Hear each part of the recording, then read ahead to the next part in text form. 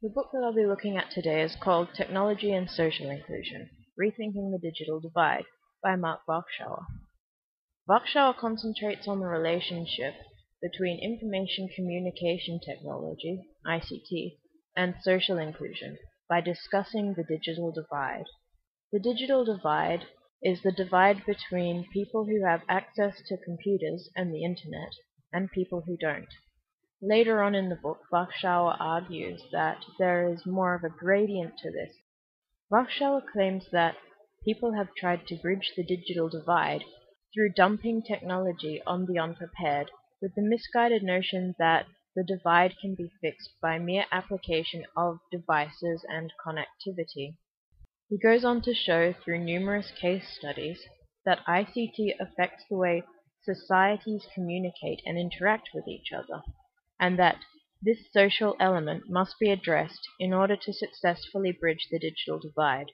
One of his most important propositions is that the ability to access, adapt, and create new knowledge using ICT is critical to social inclusion in modern society.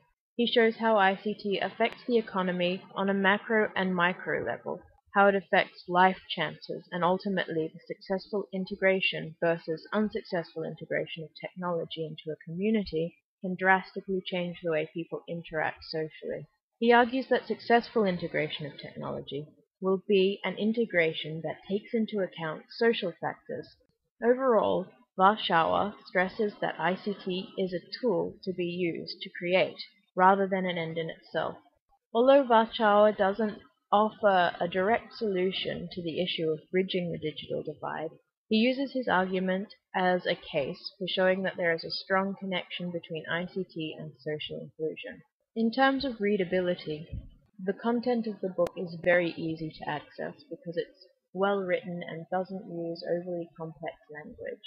The chapters and topics are all logically divided, and the overall piece of work follows a logical argument. First-hand research and examples add value to the text by contributing primary sources for further study, along with an analysis of these resources. The book is not entirely current and seems to date back to 2001 at the latest. Because it relies on case studies so heavily to make its points, this can be an issue. The conclusions it comes to, however, are still relevant.